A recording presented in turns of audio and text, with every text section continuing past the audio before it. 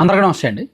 September నెలలో స్థానిక సంస్థల ఎన్నికలు జరగబోతున్నాయి. సెప్టెంబర్ 3rd వీక్ లేదా 4th వీక్లో మున్సిపల్ ఎన్నికలు, అంటే నగరపాలక సంస్థలు, పురపాలక సంస్థలు ఉన్నాయి కదా, నగర పంచాయతీలు, ఈ ఎన్నికలు మొదటి దశలో నిర్వహిస్తారు. ఆ తర్వాత ఈ ఎన్నికలు ముగిసిన ఒక 10 రోజుల వ్యవధిలోనే పరిషత్తులకు ఎన్నికలు నిర్వహిస్తారు. జిల్లా పరిషత్తులు, మండల పరిషత్తులు. ఈ రెండు కూడా పార్టీ సింబల్తో జరుగుతాయి. కాబట్టి ఇన్నాళ్ళు కూడా ఈ ఎన్నికలు పరోక్ష పద్ధతిలో జరిగేవి. అంటే మనం ఓటర్లు ఎంపీటీసీ సభ్యుడికి ఓటేస్తారు. ఆ ఎంపీటీసీలు అందరూ కలిపి ఎంపీపీని ఎన్నుకుంటారు. వారిలో ఒకరిని మండల పరిషత్ అధ్యక్షుడిగా ఎన్నుకుంటారు. అలాగే ఓటర్లు జడ్పీటీసీని ఎన్నుకుంటారు. మండలానికి ఒక జడ్పీటీసీ. ఆ జడ్పీటీసీలు అందరూ కలిపి వాళ్ళ నుంచి ఒక జిల్లా పరిషత్ చైర్మన్ని, జడ్పీ చైర్మన్ని ఎన్నుకుంటారు. సో ప్రజలు నేరుగా జడ్పీ చైర్మన్కి ఓటేరు, ప్రజలు నేరుగా ఎంపీపీకి ఓటేరు. అలాగే నగరపాలక సంస్థలు, కార్పొరేషన్లు, వీటిల్లో కూడా ప్రజలు వార్డు మెంబర్లని లేదా కార్పొరేటర్ని ఎన్నుకుంటారు. కౌన్సిలర్ని లేదా కార్పొరేటర్ని ఎన్నుకుంటారు. వాళ్ళు మేయర్ని ఎన్నుకుంటారు. కానీ ఇప్పుడు ప్రభుత్వం తీసుకొచ్చిన మార్పులు ఏమిటంటే, ప్రజలే నేరుగా మేయర్ కోసం ఒక ఓటు వేయొచ్చు. ఇదిగో మాకు ఇతను మేయర్గా ఉండాలి, మేయర్ ఓటు వేయొచ్చు. అలాగే కార్పొరేటర్ అంటే 2 ఓట్లు వేయాల్సి ఉంటుంది.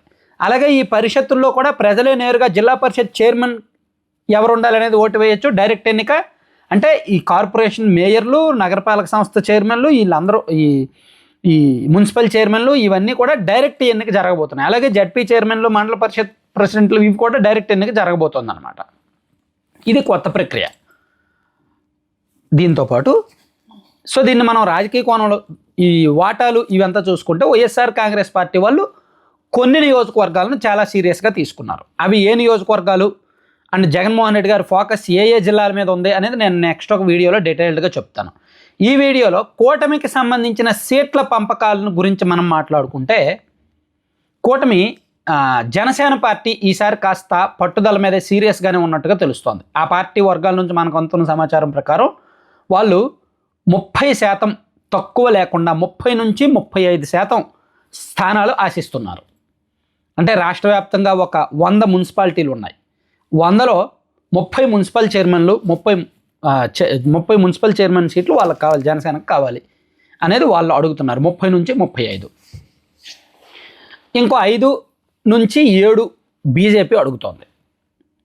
ఈ విషయంలో తెలుగుదేశం పార్టీ పునరాలోచనలో పడింది. జనసేన పార్టీ వెర్షన్ ఏంటంటే, 2024 సార్వత్రిక ఎన్నికల్లో జనసేన పార్టీలో చాలామందికి అవకాశాలు రాలేదు, అవకాశాలు ఇవ్వలేకపోయాం, కేవలం 21 స్థానాలతో సరిపెట్టుకోవాల్సి వచ్చింది. అప్పుడే కనుక పవన్ కళ్యాణ్ గారు 28-30 సీట్ల కోసం పట్టుబడితే కనీసం 25-26 అయినా వచ్చేవి కదా. అక్కడ కాంప్రమైజ్ అయ్యారు, ఓట్ల చీలకు ఉండకూడదని అనేది జనసేన పార్టీ వైపు వాదన. అందుకే అప్పుడు త్యాగం చేశాం కాబట్టి ఇప్పుడు ఖచ్చితంగా త్యాగం చేసే పరిస్థితి లేదు, ప్రసక్తే లేదు. చాలామంది నాయకులు వెయిట్ చేస్తున్నారు పదవుల కోసం. అందుకని స్థానిక సంస్థల ఎన్నికల్లో మాకు 30 నుంచి 35% మేము అడిగిన సీట్లు ఇవ్వాల్సిందే అని పట్టుబడుతున్నారు. ఇక్కడ తెలుగుదేశం పార్టీ వాళ్ళ వెర్షన్ ఏంటంటే, జనసేన పార్టీ బలంగా ఉన్న సీట్లన్నీ జనసేనకి ఇచ్చేసాము, అక్కడ మళ్ళీ ఈ మున్సిపల్ చైర్మన్ సీట్లు కూడా జనసేన పార్టీకి ఇస్తే తెలుగుదేశం పార్టీకి ప్రాతినిధ్యం ఉండకుండా పోతుంది, కాబట్టి ఛాన్స్ ఉండదు అనేటట్టు టీడీపీ వాదన. ఉదాహరణకు నరసాపురం జనసేన పార్టీ బలంగా ఉంది, ఎమ్మెల్యే సీట్ ఇచ్చారు. అక్కడ ఇప్పుడు టీడీపీ ఆ నరసాపురం మున్సిపల్ చైర్మన్ సీట్ ఆశిస్తోంది. అలాగే తాడేపల్లిగూడెం, అలాగే భీమవరం. ఇప్పుడు ఏలూరు ఎమ్మెల్యే సీటు టీడీపీకి ఉంది. ఏలూరు మేయర్ జనసేన పార్టీ ఆశిస్తోంది. ఓవరాల్గా చూసుకుంటే ఇప్పుడు విజయవాడలో 3 ఎమ్మెల్యే సీట్లు ఉన్నాయి. అందులో 2 టీడీపీ నుంచి, 1 బీజేపీ నుంచి ఉన్నారు. విజయవాడ మేయర్ సీట్ ఇప్పుడు జనసేన పార్టీ ఆశిస్తోంది. విజయవాడ మేయర్ విషయంలో జనసేన పార్టీ చాలా సీరియస్గా ఉంది. అంటే అలాగే రాజమండ్రి మేయర్ సీటు విషయంలో కూడా జనసేన పార్టీ ఆశిస్తోంది. అలాగే కాకినాడ మేయర్ సీటు కూడా జనసేన పార్టీ ఆశిస్తోంది. And Anakapalli municipal chairman seat ఏమో టీడీపీ ఆశిస్తోంది. ఇలా కొన్ని విషయాల్లో. అలాగే శ్రీకాకుళం జిల్లాలో జనసేన పార్టీ ఎమ్మెల్యే ఎవరు లేరు కాబట్టి శ్రీకాకుళం మేయర్ ఆశిస్తున్నారు. ఇలా కొన్ని సీట్లలో ఆ ప్రతిష్టంభన అయితే నెలకొందనమాట.